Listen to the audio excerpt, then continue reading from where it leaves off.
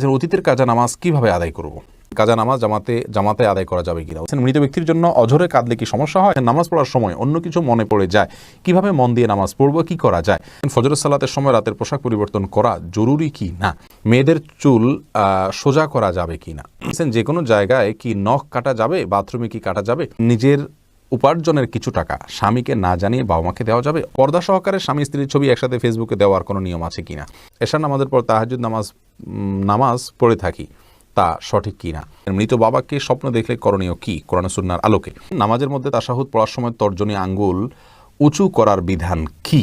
অসুস্থতা থেকে মুক্তি লাভের জন্য রোজা মানত করা যাবে কি না? শুক্রবার ছেলেদের জুমার নামাজ শেষ না হলে মেয়েরা জোহরের নামাজ আগে পড়তে পারবে কি না?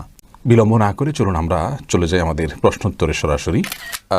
রূপসা জাহান মেঘা আপনি জানতে চেয়েছেন, শুক্রবার ছেলেদের জুমার নামাজ শেষ না হলে মেয়েরা জোহরের নামাজ আগে পড়তে পারবে কি না, এবং পড়লেও নামাজ হবে না, এরকম অনেকে বলেন, এমনটি সঠিক কিনা? বনরূপসা, দেখুন, শুক্রবার বা জুমার দিনে মেয়েরা মেয়েরা পুরুষদের সালাতের অপেক্ষা করবেন না, বরং ওয়াক্ত হয়ে গেলে তারা সালাত আদায় করবেন।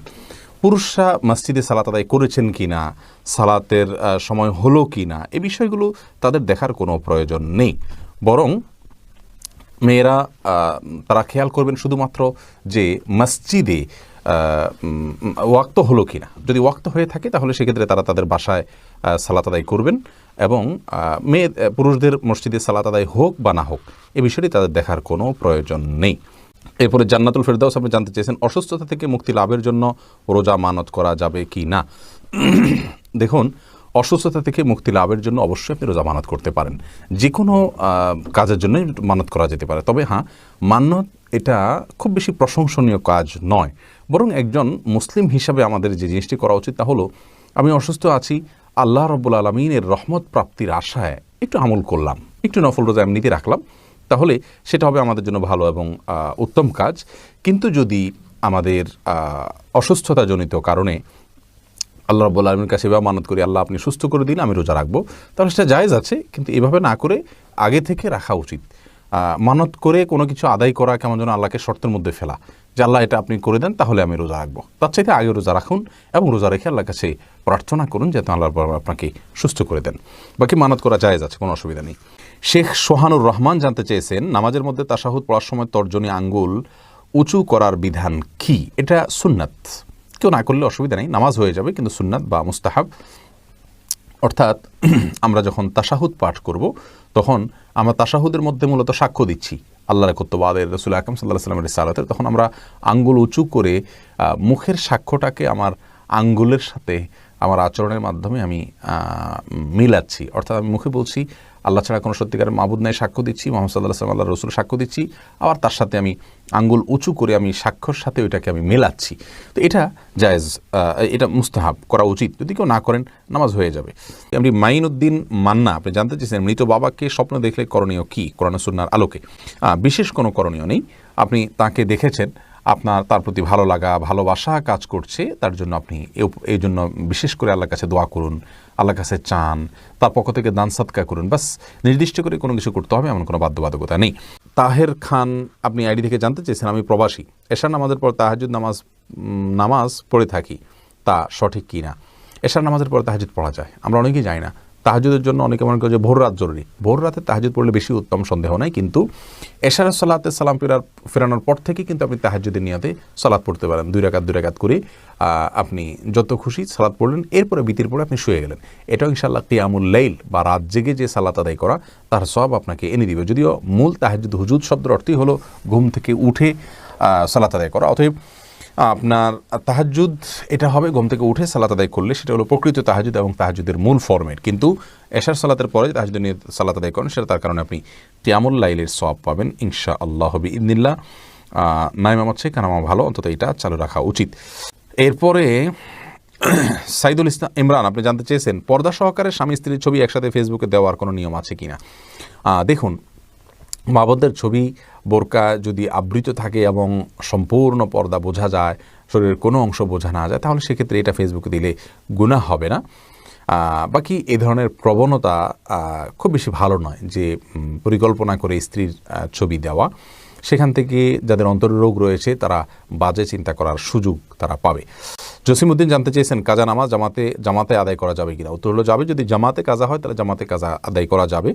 যেমন রাসূল করিম সাল্লাল্লাহু আলাইহি সাল্লাম সাহাবীদেরকে নিয়ে কোথাও সফর থেকে আসছিলেন, তিনি ফজরের সময় তাদের কারোর ঘুম ভাঙেনি, তারা সবাই ঘুমিয়ে পড়েছিলেন গভীর ঘুমে, যার কারণে সূর্য ওঠার পরে তারা জামাতবদ্ধভাবে সেই নামাজ কাজা করেছেন। যার কারণে একাধিক ব্যক্তি যদি নামাজ কাজা হয় তাহলে সবাই মিলে জামাত করতে পারবেন। এরপরে সুখ পাখি এই আইডি থেকে আপনি জানতে চেয়েছেন নিজের উপার্জনের কিছু টাকা স্বামীকে না জানিয়ে বাবা মাকে দেওয়া যাবে। অবশ্যই দেওয়া যাবে। মেয়েদের উপার্জনের টাকার সম্পূর্ণ মালিকানা এবং এখতিয়ার তার নিজের। তারা সেই টাকা চাইলে স্বামীকে দিতে পারেন, চাইলে বাবা মাকে দিতে পারেন, চাইলে কোনো কিছু তারা কিনতে পারেন নিজের প্রয়োজনে। তারা সব স্বামীকে দিতে বাধ্য হয় এমন কোনো কথা নেই, মালিকানা তার। এম সানাউল্লাহ সানা আপনি জানতে চেয়েছেন যে কোনো জায়গায় কি নখ কাটা যাবে, বাথরুমে কি কাটা যাবে।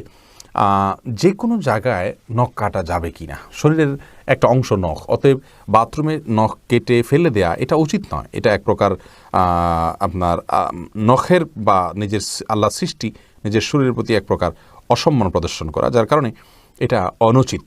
যদি কেউ আপনার নখ কাটেন এরকম কোনো জায়গায়, তাহলে সেক্ষেত্রে তার জন্য উচিত হলো সাবধান থাকা। নখ কাটলে সেই নখটাকে কোনো মাটিতে পুঁতে ফেলা অথবা এমন কোনো জায়গায় ফেলানো যেখানে মানব দেহের অসম্মান না হয়, সেদিকটা খেয়াল করা উচিত। বাস এটুকু খেয়াল করে আপনি যে কোনো জায়গায় কাটতে পারেন। মাহের নিসা আপনি জানতে চেয়েছেন মেয়েদের চুল সোজা করা যাবে কি না। যদি ফাসিক বা পাপিষ্ট কোনো নায়িকা গায়িকা এ ধরনের কোনো বাজে যাদের মধ্যে আল্লাহর ভয় নেই তাদের স্টাইল ধারণ করার জন্য করেন তাহলে সেটা জায়েজ নেই। আর এমনিতে সৌন্দর্যের জন্য যদি আপনি সোজা করেন হালকা পাতলা তাহলে কোনো অসুবিধা নেই। পর্দার বিধান যদি তাতে লঙ্ঘন না হয়, সোজা যদি হয় তাহলে সেক্ষেত্রে যদি খাড়া খাড়া হয় সে চুল নিয়ে আপনি বাহিরে গেলে পর্দার করতে অসুবিধা হয়, আপনার চুলের উপরে কুজের মতো পিঠের কুজের মতো উঁচা করে খোপা বাঁধা, এটা হাদিসে নিষেধ রয়েছে। এগুলো সব নিজের সৌন্দর্যকে প্রদর্শনের যে মানসিকতা বাহিরে সেটা থেকে নিষেধাজ্ঞা রয়েছে। অতএব সেরকম কিছু যদি না হয় তাহলে অসুবিধা নেই। নাসিমা আক্তার জানতে চেয়েছেন ফজরের সালাতের সময় রাতের পোশাক পরিবর্তন করা জরুরি কি না। না, এটা জরুরি না, তবে সালাতের জন্য সুন্দর এবং উত্তম পোশাক পরা উচিত, যেটা পরে আপনি সম্মানজনক কোনো সম্মানীয় কোনো জায়গায় যান। যে পোশাক আপনি একান্ত বেডের জন্য ইউজ করেন সেটা পরে আল্লাহর সামনে দাঁড়ানো উচিত নয়। আল্লাহ তাআলা কোরআনে বলেছেন ইয়া আইয়ুহাল্লাযীনা আমানু খুযু যিনাতাকুম ইনদা কুল্লি মাসজিদ। হে ঈমানদাররা, তোমরা প্রত্যেক সালাতের সময় সৌন্দর্যকে গ্রহণ করো, অর্থাৎ সৌন্দর্য অবলম্বন করো, সাজগোজ করো। অতএব সেই সাজগোজ আমাদেরকে করতে হবে। সাজগোজ বলতে সুন্দর পোশাক পরিধান করতে হবে। রাতের পোশাক পরে সালাত আদায় করলে সালাত হয়ে যাবে, হবে না এমন কোনো কথা নেই, কিন্তু সালাতের জন্য সুন্দর এবং মার্জিত পোশাক পড়া হলো উচিত। ইতি সুলতানা আইডি থেকে জানতে চেয়েছেন নামাজ পড়ার সময় অন্য কিছু মনে পড়ে যায়, কিভাবে মন দিয়ে নামাজ পড়বো, কি করা যায়। দেখুন, অন্যদিকে মনে চলে যাওয়া বা মনে অন্য কিছু চলে আসা এটা কিন্তু দোষণীয় নয়। রাসূল আকরাম সাল্লাল্লাহু আলাইহি ওয়াসাল্লামের নামাজের মধ্যেও অন্যদিকে মন গিয়েছে। একবার বাচ্চার কান্না হওয়া শুনে তিনি সালাতকে সংক্ষিপ্ত করে দিয়েছেন, বোঝা গেল অন্যদিকে মন যাওয়াটা দোষণীয় নয়। তবে ইচ্ছাকৃতভাবে অন্য চিন্তা, অন্য ভাবনা, অন্য কল্পনার মধ্যে ডুবে থাকা এটা হলো দোষণীয়। আমাদের উচিত হবে সালাতের মধ্যে অন্যদিকে মনোযোগ গেছে, যখন আমার মনে পড়েছে যে আমি তো ভুল কাজ করছি, সাথে সাথে আমি সালাতে আবার ফিরিয়ে আনবো। বাস এই কসরত করলে আপনি আল্লাহর কাছে গ্রহণযোগ্য সালাত আদায়কারী হিসেবে বিবেচিত হবেন ইনশাআল্লাহ। সোহাগ আপনি অ্যাডি থেকে জানতে চান অতীতের কাজা নামাজ কিভাবে আদায় করব।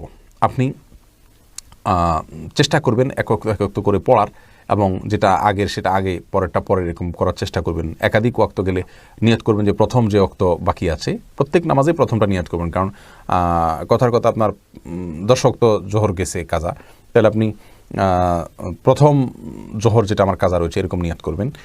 এর পরেরটাকেও প্রথম নিয়ত করবেন, কারণ হলো একটা যখন পড়ে ফেললেন তাহলে পরবর্তীটা প্রথম হয়ে গেল। এভাবে প্রত্যেকটাকে আপনি প্রথম নামাজ এই নিয়ত রেখে সালাত আদায় করবেন। মোহাম্মদ আব্দুর রহমান জানতেছেন মৃত ব্যক্তির জন্য অঝরে কাঁদলে কি সমস্যা হয়। কাঁদতে পারেন, তবে চিৎকার করা, জামা কাপড় ছেঁড়া, হাত চাপড়ানো এটা উচিত নয়, এবং খুব বেশি চিৎকার করে কান্নাকারি করা উচিত নয়।